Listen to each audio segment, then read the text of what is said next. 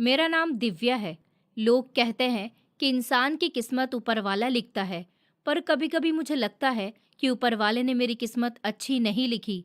मैं जब छोटी थी ना, तो तब मुझे समझ ही नहीं आता था कि बाकी बच्चों की तरह मैं क्यों नहीं भाग पाती हूँ। सीढ़ियाँ उतरते वक्त मेरा पैर क्यों कांपने लग जाता है और लोग मुझे देखकर धीरे-धीरे बातें क्यों करने लगते हैं। मेरी माँ कहती थी कि उस एक्सीडेंट में मैंने अपने पापा के साथ साथ अपने पैर की ताकत भी खो दी थी। उस दिन पापा हमेशा के लिए हमें छोड़कर चले गए और मैं जब से लंगड़ाकर चलने लगी। पापा के जाने के बाद मम्मी मुझे लेकर मामा के घर आ गई थी। मामा बहुत ज्यादा अच्छे थे। उन्होंने कभी भी हमें पराया महसूस ही नहीं होने दिया। मगर शायद हर घर में कोई ऐसा जरूर होता है जिसको किसी की मजबूरी चुभने लगती है, और हमारे लिए वो इंसान मेरी मामी थी। उनकी नज़रों में हम दोनों माँ बेटी इस घर पर बोझ थे। सुबह को आँख खुलते ही उनके ताने शुरू हो जाते थे।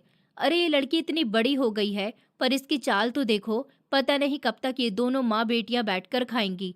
और ऊपर से ये लंगड़ी लड़की, इसने तो हमारा दिमाग खराब कर रखा है। पहले ये बातें सुनकर मैं रोती थी, बहुत ज्यादा रोती थी। मगर धीरे धीरे शायद मेरी आंखों ने भी समझ लिया कि इस घर में आंसुओं की कोई कीमत नहीं है। मेरी मामी की भी एक बेटी थी, वो मेरी ही उम्र की थी। हम लोग एक ही स्कूल में पढ़ते थे, पर हमारी जिंदगी में जमीन आसमान जैसा फर्क था।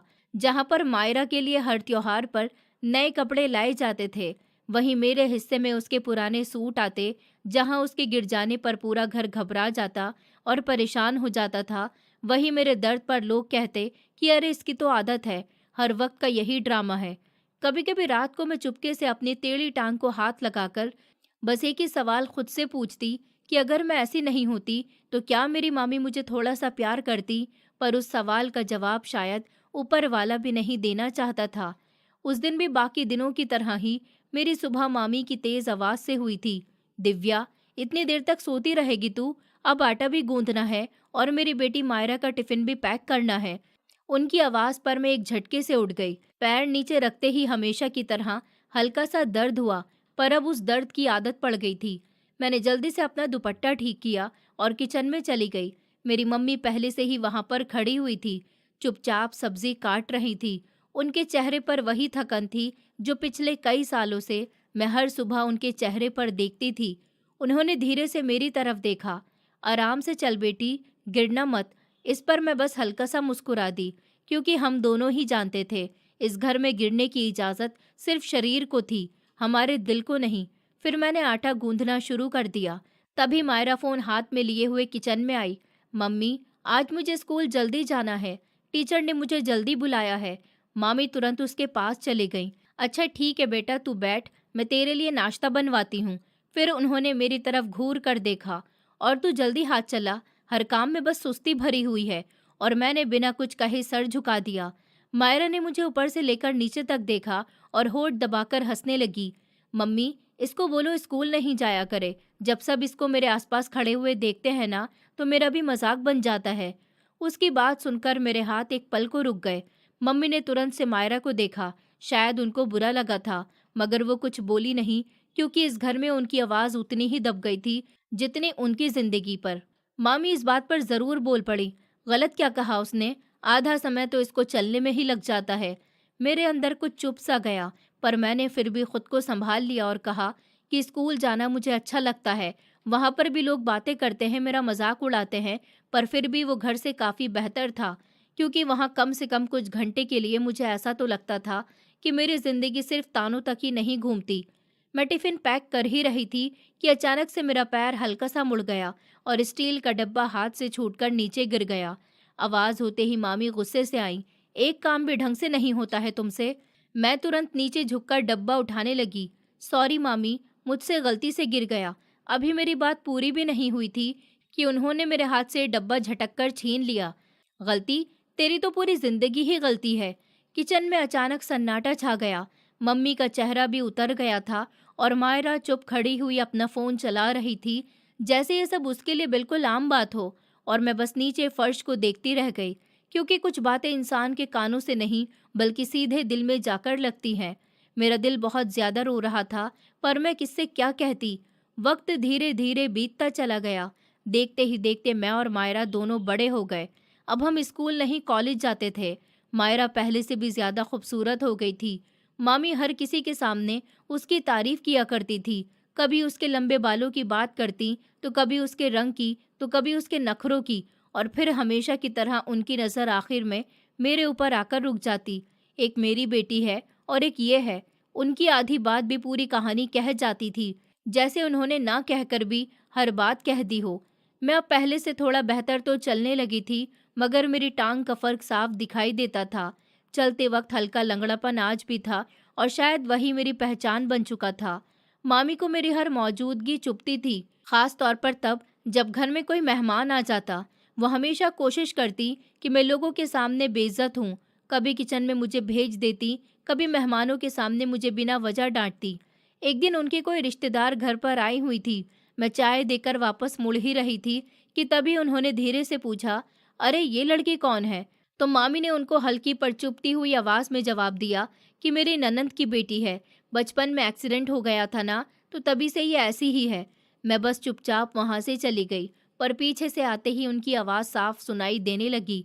अच्छा, इसकी टांग जब से ही ऐसी है, तो इसकी भला शादी कैसे होगी? और फिर मामी का वो जवाब आया जो शायद दिल से वो मान चुकी थी, इसकी शादी? उन्होंने हल्का सा हंसकर कहा, अरे ऐसी लड़कियों को कौन अपनाता है आजकल? अरे बस इसकी जिंदगी किसी तरह से कट जाए वही बहुत है। उस दिन पता नहीं क्यों मेरे कदम कमरे तक पहुंचते पहुंचते ही जवाब दे गए थे। मैं धीरे से बिस्तर पर बैठ गई और अपनी टेढ़ी टांग को देखने लगी। कभी कभी मुझे सच में लगने लगा था कि शायद मामी सही कहती हैं। शायद कुछ लोग प्यार या फिर अपनेपन के लिए बने ही नहीं होते। उस रात मैं छत पर अकेली बैठी हुई थी, और मामी उनके दोस्त की बातें अभी भी मेरे कानों में गूंज रही थी। मैं तो बस मायरा के लिए किसी बड़े घर का रिश्ता चाहती हूँ। लड़का अच्छा काम करता हो, खानदान भी बड़ा हो, ताकि मेरी बेटी वहां पर जाकर राज करे। फिर अचानक उनकी आवाज़ हल्की हो गई थी, और ये दिव्या? थोड़ी देर के लिए रुककर उन्होंने कहा था, इसके लिए तो अगर कोई आम सा गरीब घर भी मिल जाए ना, तो वही बहुत है। मैं तो शुक्र मनाऊंगी। मेरी आंखें अपने आप भर गई थी। पता नहीं क्यों दर्द इस बात का नहीं था कि लोग मुझे पसंद नहीं करते, मगर दर्द इस बात का था कि जिन लोगों को मैंने अपना समझा, उन्होंने ही मुझे कभी किसी लायक ही नहीं समझा। फिर कॉलेज के आखिरी साल में मेरी ज़िंदगी में पहली बार एक ऐसा इंसान आया जिसने मुझे देखकर नज़र नहीं फेरी थी। उसका नाम वेदांत था। वो हमारे ही कॉलेज में था। शांत से स्वभाव का, कम बोलने वाला लड़का, मगर पता नहीं क्यों उसकी नज़रें अक्सर मुझे ढूंढ लिया करती थी। शुरुआत में मैंने इस बात पर ज़्यादा ध्यान नहीं दिया। मुझे लगता था कि शायद मेरा वहम होगा, कोई लड़का मुझे भला क्यों ही पसंद करेगा। मगर धीरे धीरे मुझे एहसास होने लगा कि वेदांत बाकी लोगों के जैसा बिल्कुल नहीं था। जब मैं सीढ़ियाँ धीरे धीरे उतरती, तो वो बिना एहसान जताए मेरे लिए रास्ता खाली कर देता। जब पूरी क्लास प्रोजेक्ट के लिए जोड़ी बनाती और कोई मेरे साथ काम नहीं करना चाहता, तब वो सबसे पहले मेरा नाम ले लेता। और सबसे अजीब बात, उसने कभी मेरी टांग को उस नज़र से देखा ही नहीं जिस नज़र से पूरी दुनिया देखती थी। फिर एक दिन कॉलेज की लाइब्रेरी लगभग खाली ही थी। मैं किताबें वापस रख रही थी कि तभी वेदांत मेरे सामने आकर खड़ा हो गया। उसके चेहरे पर हल्की सी घबराहट थी। दिव्या, मुझे तुमसे कुछ बात करनी थी। मैंने पलटकर उसको देखा कि जी, क्या बात करनी थी? उसने कुछ पल मेरी आंखों में देखा, फिर धीरे से बोला कि मैं तुम्हें पसंद करता हूँ। मेरे हाथ वहीं पर रुक गए। कुछ सेकंड के लिए मुझे लगा कि शायद मैंने कुछ गलत सुना है। मैं हल्का सा हंस गई, मगर वो हंसी अंदर से टूटी हुई थी। आप मजाक कर रहे हैं ना? नहीं, मैं मजाक नहीं कर रहा हूँ। उसकी आवाज़ बिल्कुल साफ थी। मैं सच कह रहा हूँ दिव्या। मेरी आंखें अपने आप नीचे झुक गईं। आप शायद मुझे ठीक से नहीं जानते।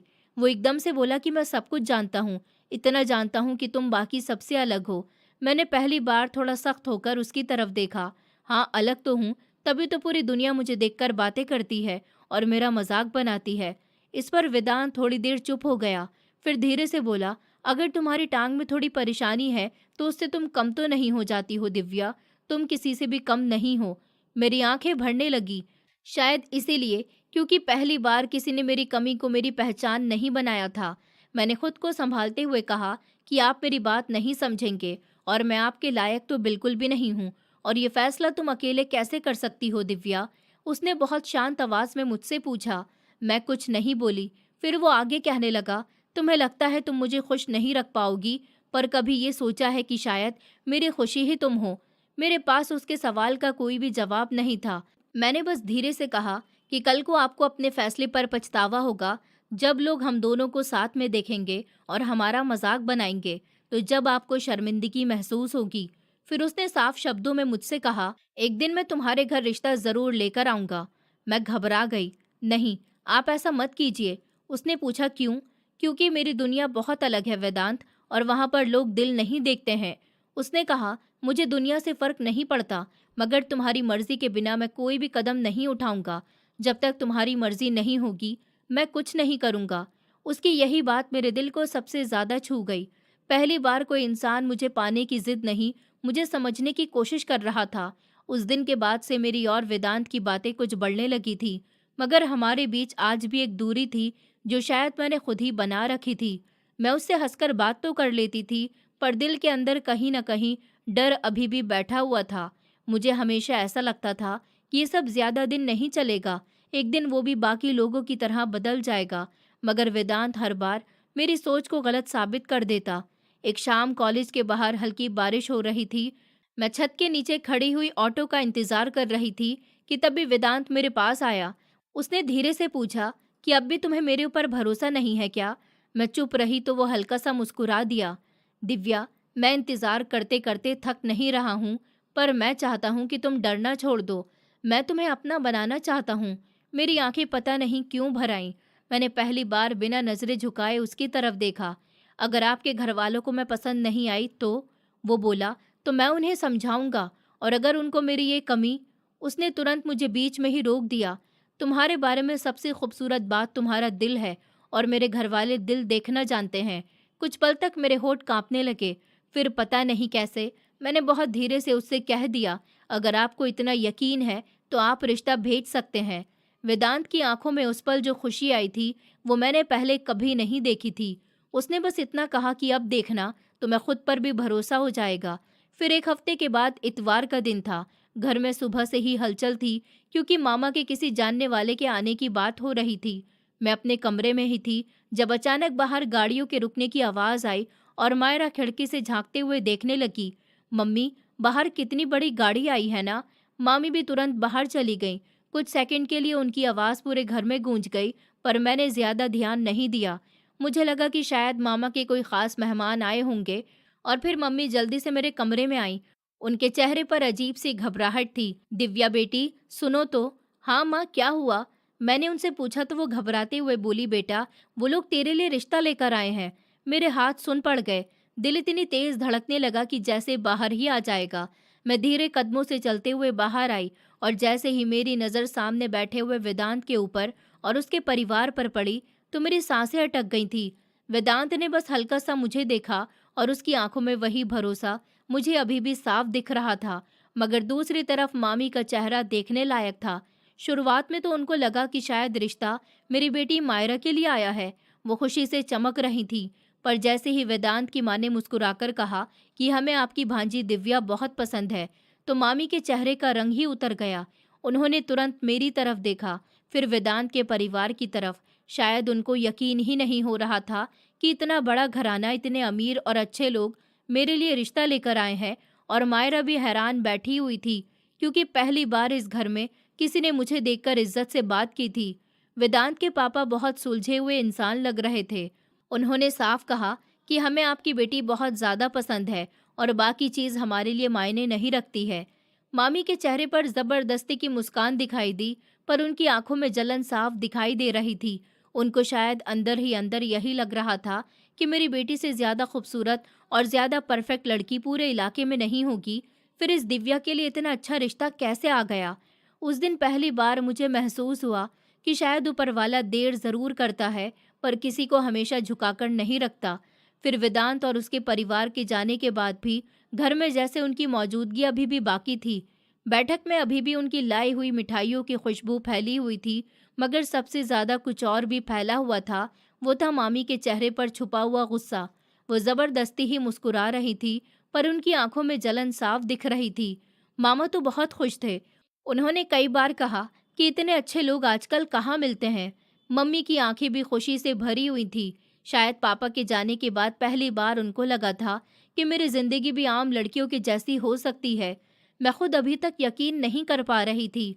बार बार बस वेदांत की वो बात याद आ रही थी कि एक दिन मैं तुम्हारे घर रिश्ता लेकर आऊंगा, और उसने सच में वो कर दिखाया।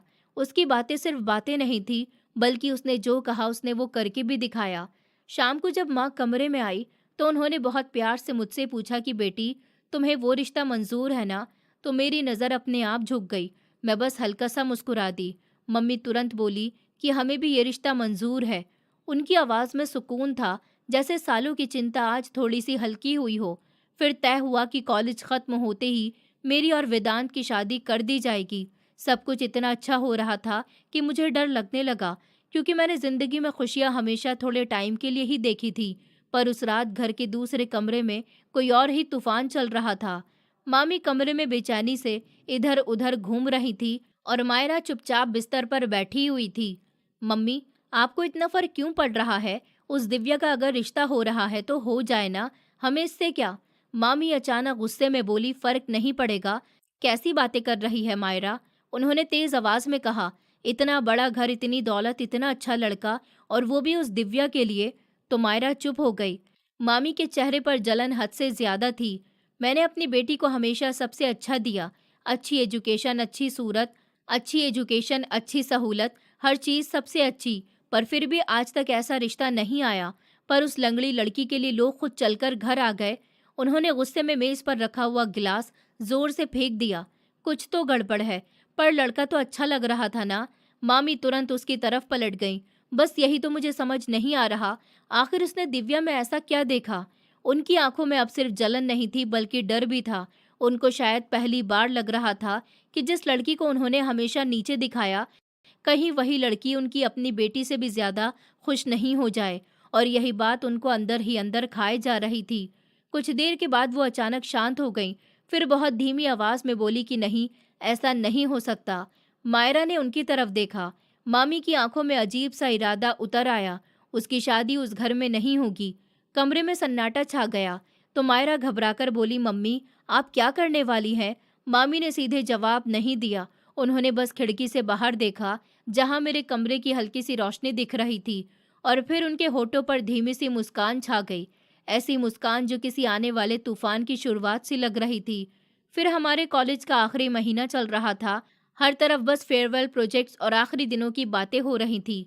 क्लास के बच्चे फोटो खिंचवा रहे थे, हंस रहे थे, और अपने फ्यूचर के सपने बना रहे थे। और मैं चुपचाप बैठकर ये सब देखती रहती, क्योंकि पहली बार मुझे भी लगने लगा था कि शायद मेरी जिंदगी में भी कुछ अच्छा होने वाला है। उस दिन कॉलेज में फेयरवेल की तैयारी चल रही थी। मायरा भी अपने दोस्तों के साथ कपड़े और मेकअप की बातें कर रही थी। वहीं मैं लाइब्रेरी के बाहर खड़ी हुई नोट्स देख रही थी कि तभी वेदांत मेरे पास आ गया। मैडम, इतनी पढ़ाई शादी के बाद भी करोगी क्या? तो मैं हल्का सा मुस्कुरा दी। मुझे पढ़ाई करना बहुत अच्छा लगता है। वो मेरे पास दीवार से टेक लगाकर खड़ा हो गया कि ये तो बहुत अच्छी बात है। वेदांत कुछ पल मुझे देखता रहा, फिर धीरे से बोला, तुम अब बस हमेशा खुश रहना, मैं तुम्हें हर खुशी दूंगा। पर सच तो ये था कि मैं आज भी अंदर से डरी हुई थी। दूसरी तरफ घर में शादी की बातें धीरे धीरे शुरू हो गई थी। मामा खर्चों का हिसाब लगाने लगे, और मामी, वो ऊपर से तो सबके सामने खुश बनने की कोशिश करती थी, पर अंदर ही अंदर उनकी बेचैनी बढ़ती जा रही थी। जब भी कोई रिश्तेदार फोन करके कहता कि दिव्या की तो किस्मत ही खुल गई, तो मामी का चेहरा उतर जाता। एक शाम उनकी पड़ोसन घर पर आई हुई थी।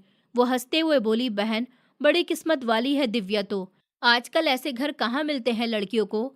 मामी ने जबरदस्ती मुस्कुराकर कहा कि हाँ, बस ऊपर वाले की मर्जी है। पर जैसे ही वो औरत गई तो मामी का चेहरा गुस्से से भर गया था। उन्होंने सीधे मायरा से कहा कि मुझे अभी तक यकीन नहीं हो रहा कि उस लड़की की जिंदगी इतनी आसानी से कैसे बदल रही है। इस पर मायरा ने धीरे से कहा, मम्मी, अगर उसकी जिंदगी अच्छी हो गई तो इसमें क्या गलत है? गलत? मामी की आवाज तेज हो गई। तुझे अंदाजा भी है लोग क्या बोलेंगे? सब यही कहेंगे कि देखो, अपनी बेटी बैठी रह गई और भांजी इतने बड़े घर में चली गई। उनकी बात सुनकर मायरा चुप हो गई। मामी कुछ देर सोचती रही, फिर अचानक से बोली कि अगर लड़के वालों को दिव्या की असली हालत थोड़ा और अच्छे से पता चल जाए ना, तो शायद वो खुद ही पीछे हट जाएंगे। मायरा ने घबराकर उनकी तरफ देखा। क्या मतलब मम्मी? तो मामी धीरे से बोली, मतलब ये है कि हर रिश्ता टूटने के लिए झगड़ा जरूरी नहीं होता। कभी कभी बस शक ही काफी होता है। मायरा का दिल भी हल्का सा कांप गया। उसको पहली बार महसूस हुआ कि उसकी माँ अब सिर्फ जल नहीं रही, वो सच में कुछ गलत करने का सोच चुकी है। उधर कॉलेज में आखिरी दिन आ गया। सब लोग एक दूसरे की शर्ट पर मैसेज लिख रहे थे और मायरा अपनी दोस्तों के साथ फोटो खिंचवा रही थी। मगर मैं कॉलेज के पीछे वाले शान से गार्डन में खड़ी हुई थी। वेदांत मेरे पास आया और धीरे से बोला, अब तो हमारा कॉलेज भी खत्म। मैंने हल्की मुस्कान के साथ सर हिला दिया कि हाँ। उसने कुछ पल मुझे देखा, फिर कहा कि अब अगली बार शायद तुमसे दुल्हन वाले कपड़ों में ही मिलूंगा। उसकी ये बात सुनकर मेरे गाल हल्के से लाल हो गए और शायद बहुत टाइम के बाद मैं सच में मुस्कुराई थी। लेकिन मुझे क्या पता था कि जिस खुशी को मैं पहली बार अपने पास महसूस कर रही थी, इस खुशी पर किसी की नज़र बहुत ही बुरी तरह टिक चुकी थी। मेरी शादी का दिन आखिर आ ही गया। पूरा घर रोशनियों से जगमगा रहा था। आंगन में फूलों की खुशबू फैली हुई थी। रिश्तेदारों की आवाज़ में ढोलक की थाप और हर तरफ शादी की भागदौड़ थी। सब कुछ बिल्कुल किसी सपने के जैसा लग रहा था। मैं अपने कमरे में दुल्हन के जोड़े में बैठी हुई थी। हाथों पर मेहंदी का रंग भी गहरा था और दिल इतनी तेज धड़क रहा था कि जैसे सीने से बाहर ही आ जाएगा। मम्मी बार बार मेरी नज़र उतारती। उनकी आंखों में खुशी भी थी और डर भी। शायद उनको भी यकीन नहीं हो रहा था कि उनकी बेटी की जिंदगी सच में बदलने वाली है। तभी मामी कमरे में आई। आज उनके चेहरे पर अजीब सी मिठास दिख रही थी। उन्होंने मुस्कुराकर कहा कि दिव्या बेटी, जरा स्टोर वाले कमरे में से लाल डब्बा लेकर आ जा, उसमें शादी का कुछ जरूरी सामान रखा है। मैंने धीरे से कहा कि मामी, किसी और को भेज दीजिए ना। अरे सब लोग काम में लगे हुए हैं और मुझे अभी चाहिए था वो सामान। मैंने ज्यादा कुछ नहीं कहा, फिर दुपट्टा संभालते हुए धीरे धीरे स्टोर रूम की तरफ बढ़ गई। कमरा घर के पीछे वाले हिस्से में था, जहां शादी की वजह से कोई ज्यादा आ जा नहीं रहा था। मैं अंदर गई और सामान ढूंढने लगी।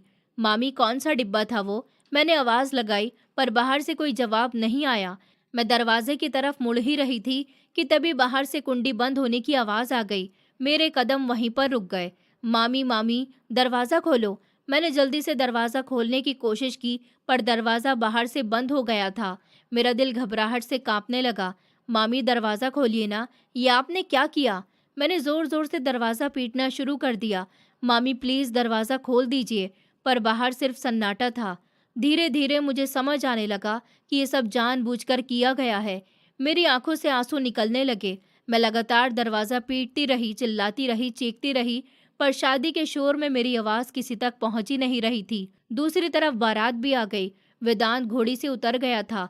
उसकी नजर बस मुझे ही ढूंढ रही थी, पर घर के अंदर अचानक से अफरा तफरी मच गई। मामी रोने का नाटक करते हुए सबके सामने आईं। अरे हमारी इज्जत तो मिट्टी में मिल गई। सब घबराने लगे। मामा ने परेशान होकर पूछा कि क्या हुआ, तुम रो क्यों रही हो? तो मामी और जोर जोर से रोने लगी। दिव्या, दिव्या भाग गई है। पूरा घर जैसे एक पल के लिए जम सा गया। क्या? ये कैसे हो सकता है? रिश्तेदार आपस में बातें करने लगे।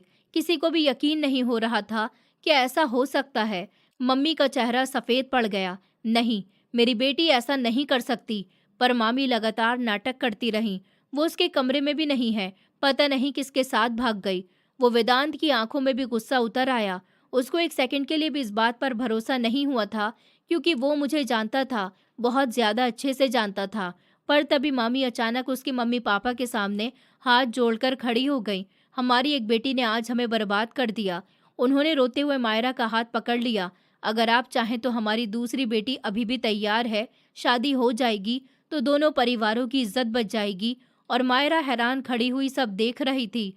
उसको खुद इस बात का अंदाजा तक नहीं था कि उसकी माँ इतना बड़ा कदम उठा सकती है। पूरा माहौल एकदम से टेंशन से भर गया। पर तभी वेदांत ने बहुत सख्त आवाज में कहा कि बस करिए, बहुत हो गया। उसने सीधे मामी की तरफ देखा। दिव्या ऐसी लड़की नहीं है जैसा आप बातें कर रही हैं। मामी फौरन से बोली, पर वो घर में कहीं भी नहीं मिल रही, तो ढूंढिए ना आप उसको। ऐसे आपने बातें फैलाना शुरू कर दी। वेदांत की आवाज और ज्यादा ठंडी हो गई, क्योंकि मैं शादी सिर्फ और सिर्फ दिव्या से ही करूंगा। मामी के चेहरे का रंग उड़ गया। वेदांत अब पूरे घर को गौर से देखने लगा। उसे अंदर से बार बार महसूस हो रहा था कि कुछ तो जरूर गलत है। और तभी शोर के बीच उसको जैसे कहीं दूर से हल्की हल्की दरवाजा पीटने की आवाज सुनाई दे गई। ठक ठक। वेदांत की नजर तुरंत घर के पीछे वाले हिस्से की तरफ गई। बाकी लोगों को वो आवाज सुनाई नहीं दे रही थी, मगर उसका दिल पहचान गया था। वेदांत बिना कुछ कहे तेज कदमों से घर के पीछे वाले हिस्से की तरफ चला गया। सब लोग हैरानी से उसको देखने लगे। उधर मैं अभी भी कमरे के अंदर रोते हुए दरवाज़ा पीट रही थी। मेरे हाथ लाल हो गए थे, गला दर्द से जल रहा था। कोई है? प्लीज़ दरवाज़ा खोलिए। मैं लगभग टूट चुकी थी, तभी अचानक बाहर किसी के तेज़ कदमों की आवाज़ आई। दिव्या, दिव्या तुम कहाँ हो? ये बात सुनते ही मेरी सांस अटक गई थी। ये तो वेदांत की आवाज़ थी। मैं रोते हुए दरवाजे के पास आ गई। मैं यहीं पर हूँ वेदांत, दरवाज़ा खोलो। तो अगले ही पल बाहर से कुंडी खुली और दरवाज़ा ज़ोर से खुल गया। मैं घबराई हुई हालत में सामने खड़े हुए वेदांत को देखते हुए रोने लगी। उसने तुरंत मुझे संभाल लिया। दिव्या तुम ठीक तो हो? मैं कांप रही थी और चेहरा आंसुओं से भीग गया था। तभी पीछे पीछे घर वाले और रिश्तेदार भी वहीं पर आ गए। सब मुझे उस बंद कमरे के अंदर देखकर हैरान रह गए थे। मम्मी तो मुझे देखते हुए रोते हुए मेरे गले से लग गई। मेरी बच्ची तू यहाँ पर कैसे बंद हो गई? मामा भी सुन हो गए थे। ये सब कैसे हुआ? मैंने कांपती हुई नजरों से सीधे मामी की तरफ देखा। वो एक पल के लिए घबरा गई और फिर मेरे मुंह से धीरे से साफ शब्दों में यही निकला कि मामी ने मुझे यहाँ पर बंद किया था। और एकदम से सन्नाटा छा गया। सबकी नजरें फौरन मामी के ऊपर टिक गईं। मामी का चेहरा बदल गया। वो तुरंत गुस्से और हैरानी का नाटक करते हुए बोली, ये क्या बकवास कर रही है तू? उन्होंने जोर से कहा, मैंने उसको बंद नहीं किया। मैं क्यों भला इसको बंद करूंगी? फिर वो सबके सामने रोने जैसी आवाज में बोली, झूठ बोल रही है ये। मुझे क्या पता कि ये यहाँ पर कैसे आई? और मायरा चुप खड़ी हुई थी। उसके चेहरे पर डर साफ दिखाई दे रहा था। मामा ने सख्त नजरों से पूछा कि सच क्या है? आखिर में मामी जल्दी जल्दी बोलने लगी, मैं तो शादी के कामों में लगी हुई थी। पता नहीं ये यहाँ पर कब आई और किसने दरवाज़ा बंद कर दिया था। मैं कुछ बोलने ही वाली थी कि तभी वेदांत ने मेरा हाथ पकड़ लिया। उसकी पकड़ बहुत शांत थी, जैसे वो मुझे और टूटने नहीं देना चाहता था। फिर उसने सबके सामने सिर्फ इतना कहा कि सच जो भी है, एक बात तो साफ है। उसने मेरी तरफ देखकर कहा कि दिव्या कहीं नहीं भागी थी। उसकी आवाज़ में इतना भरोसा था कि कई लोगों ने इस पल मामी की बातों पर शक करना शुरू कर दिया और मामी चुप हो गई, क्योंकि अब हालात उनके हाथ से निकल चुके थे और शायद वो ये भी समझ चुकी थी कि आज उनकी चाल पूरी तरह से काम नहीं कर पाई। कुछ देर के बाद माहौल धीरे धीरे संभलने लगा और मम्मी लगातार रो रही थी। मैं अभी भी अंदर से बहुत ज्यादा घबराई हुई थी, पर वेदांत पूरा टाइम मेरे साथ खड़ा रहा। उसने एक बार भी मुझे अकेला महसूस नहीं होने दिया। और फिर उसी रात हमारी शादी हो गई। जब मैं मंडप में बैठी थी तो बार बार वही बंद कमरा याद आ रहा था। अगर वेदांत मुझे ढूंढने नहीं आता तो शायद आज मेरी पूरी जिंदगी बदल जाती। फिर फेरे लेते वक्त भी मेरी आंखें भर गई थी। इसीलिए नहीं कि मैं अपने घर से जा रही थी, बल्कि इसीलिए कि पहली बार कोई इंसान मुझे खोने से डरने लगा था। वेदांत ने धीरे से मेरी तरफ देखा, कहने लगा कि अब डरने की कोई ज़रूरत नहीं है दिव्या। और पता नहीं कि उस वक्त मुझे पहली बार सच में अंदर से सुकून महसूस हुआ। विदाई के टाइम मेरी मम्मी मुझे गले लगाकर बहुत ज़्यादा रोई थी। उनके हाथ बार बार मेरे चेहरे को छू रहे थे, जैसे वो यकीन करना चाहती हूँ कि उनकी बेटी सच में खुश है।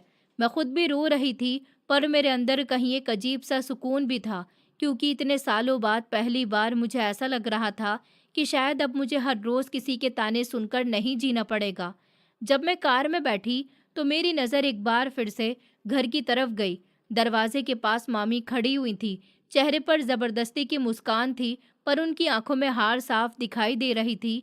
और पता नहीं क्यों उनको देखकर मेरे दिल में नफरत नहीं आई, बस एक थकान सी महसूस हुई। वेदांत का घर सच में बहुत ज़्यादा बड़ा था और उससे भी बड़ी चीज़ थी वहाँ के लोगों का दिल।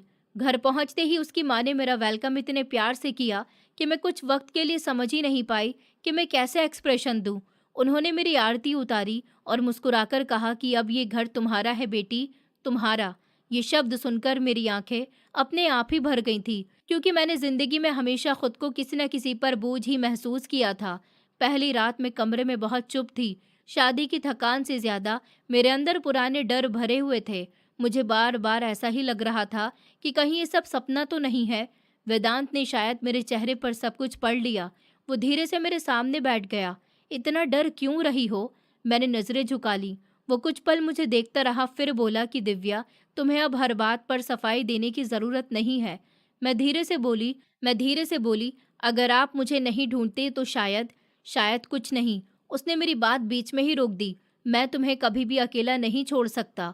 उसकी बात सुनकर पता नहीं क्यों मेरे अंदर सालों से जमा हुआ दर्द थोड़ा हल्का होने लगा और उधर दूसरी तरफ मेरे जाने के बाद घर में सब पहले जैसा नहीं हुआ। मामा अब मामी से पहले की तरह बात नहीं करते थे। उनको अंदर ही अंदर शक हो गया था कि उस दिन जो हुआ उसमें कहीं न कहीं मामी का हाथ था। और मायरा वो पहले से ज़्यादा चुप रहने लगी, क्योंकि उसने अपनी आंखों से देखा था कि उसकी माँ जलन में कितनी दूर तक जा सकती है। एक रात मामा ने आखिर मामी से पूछ ही लिया कि सच सच बताओ, उस दिन दिव्या को कमरे में तुमने ही बंद किया था ना? तो मामी गुस्से में तुरंत बोली कि आपको भी अब मुझ पर शक हो गया है। तो मामा बोले मुझे जवाब चाहिए, फालतू बातें मुझसे मत करो। वो कुछ देर के लिए कमरे में चुपचाप खड़े रहे, पर मामी ने फिर भी सच नहीं माना। उन्होंने बस इतना कहा कि मैंने जो किया था अपनी बेटी के लिए किया था। मामा हैरानी से उनको देखने लगे। क्या मतलब? क्या कहना चाहती हो तुम? मामी की आंखों में फिर से वही जलन उतर आई। क्या हमेशा दिव्या ही अच्छी चीजों की हकदार बनेगी? उनकी आवाज रोनिहार हो गई। मेरी बेटी में आखिर क्या कमी थी? मामा ने पहली बार बहुत सख्त आवाज में कहा कि कमी मायरा में या दिव्या में कभी भी नहीं थी। कमी तो तुम्हारी सोच में थी।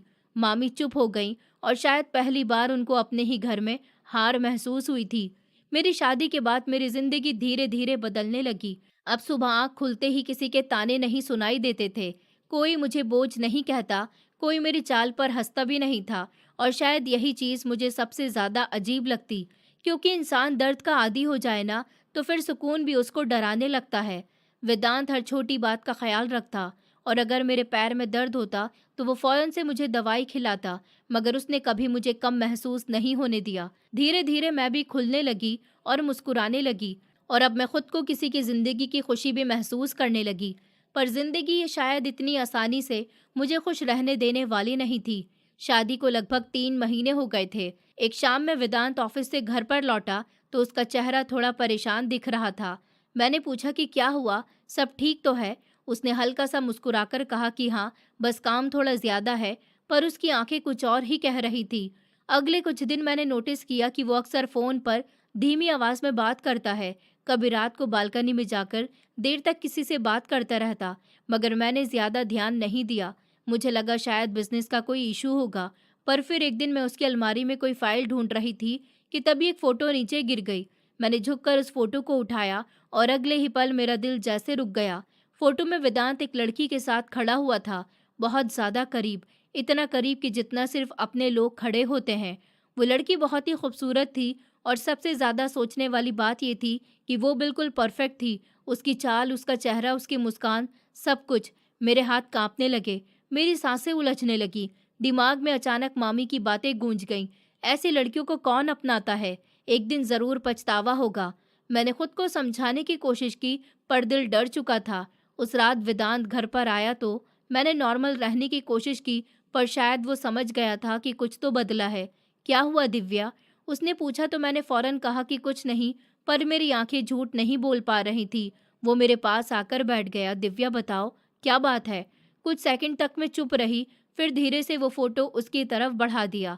फोटो देखते ही उसके चेहरे का रंग भी बदल गया। कमरे में अचानक से भारी सन्नाटा छा गया, और उसी पल मेरे अंदर एक डर ने जन्म लिया। क्या सच में मेरी खुशी इतनी जल्दी खत्म होने वाली थी? मेरे हाथ अभी भी कांप रहे थे। वेदांत कुछ देर के लिए उस फोटो को देखता रहा, फिर उसने बहुत गहरी सांस ली। उसके चेहरे पर गुस्सा नहीं था, बस एक थकान सी उतर गई थी। तुम्हें ये कहाँ से मिली? उसने धीरे से पूछा। मेरी आवाज़ भी बहुत धीमी थी। मैंने कहा, ये अलमारी से मिली है। कमरे में कुछ सेकंड के लिए सन्नाटा रहा, फिर मैं खुद को रोक नहीं सकी। अगर आप किसी और से प्यार करते थे तो आपने मुझसे शादी क्यों की? ये कहते कहते मेरी आंखें भर आईं। मैं जानती हूँ मैं उनके जैसी नहीं हूँ, पर आपने अगर मजबूरी में ऐसा किया तो? दिव्या बस करो। वेदांत ने अचानक मेरी बात वहीं पर रोक दी। उसकी आवाज़ पहली बार थोड़ी भारी हुई थी। एक बार मेरी तरफ देखो। मैंने धीरे धीरे नज़र उठाई। उसकी आंखों में चोट साफ दिखाई दे रही थी। तुम्हें सच में लगता है कि मैं तुमसे झूठ बोल सकता हूँ? मेरे पास जवाब नहीं था, क्योंकि डर इंसान को बहुत कुछ सोचने पर मजबूर कर देता है। वेदांत कुछ पल के लिए चुप रहा, फिर उसने फोटो को हाथ में दिखाते हुए कहा कि ये काव्या है, मेरी कजिन। मैं चौंक गई। उसने धीरे से कहा, बचपन से हम साथ ही खेले और बड़े हुए। वो मुझे हमेशा अपना सबसे अच्छा दोस्त मानती थी। फिर उसने हल्की कड़वी मुस्कान के साथ कहा, और ये फोटो उसकी शादी वाले दिन की है। मेरी आंखें फोटो पर रुक गईं। अब ध्यान से देखने पर काव्या के हाथों में हल्की मेहंदी भी दिखाई दे रही थी, जो मैंने पहले घबराहट में देखी ही नहीं। उसकी शादी के 2 महीने बाद ही उसका एक्सीडेंट हो गया था। उसकी आवाज़ धीमी पड़ गई। वो अब इस दुनिया में नहीं है। उसी पल मुझे अपनी सोच पर शर्म महसूस होने लगी। मैंने तुरंत नज़रें झुका ली। मुझे नहीं पता था। सॉरी वेदांत। फिर वो मेरे पास आकर बैठ गया।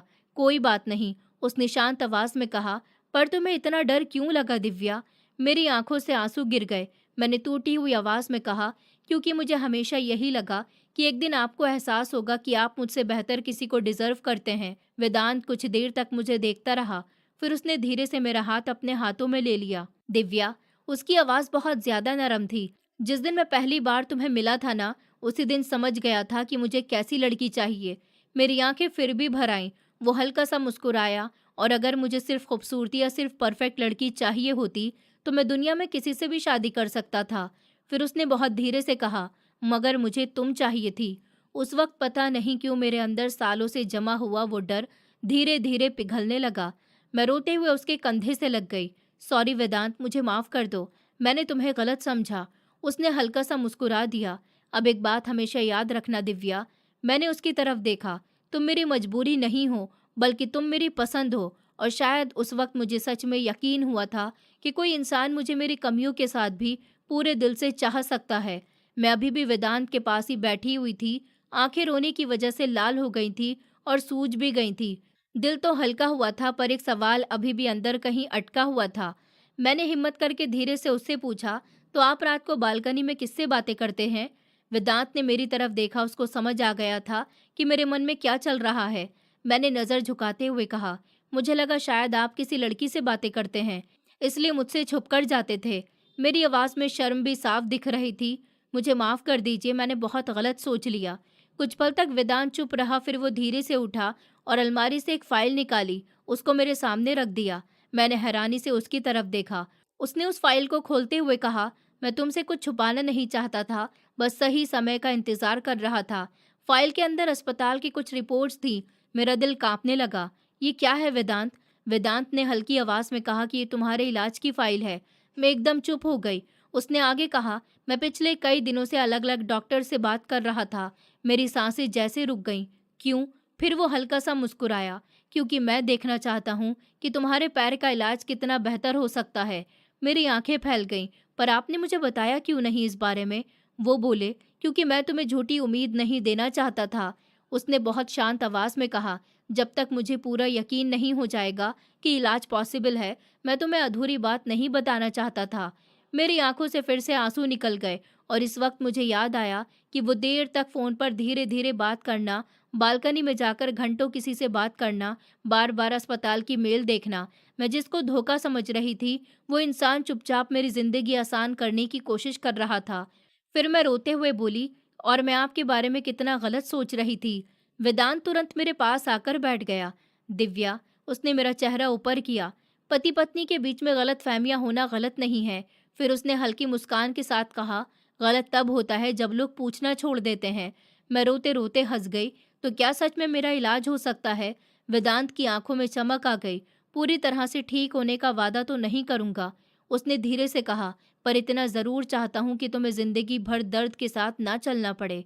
उस पल में उसे बस देखती रह गई, क्योंकि जिस लड़की को हमेशा से सुनाया गया था कि वो किसी की ज़िंदगी पर बोझ बनेगी, आज वही लड़की किसी की सबसे बड़ी फिक्र बन चुकी थी।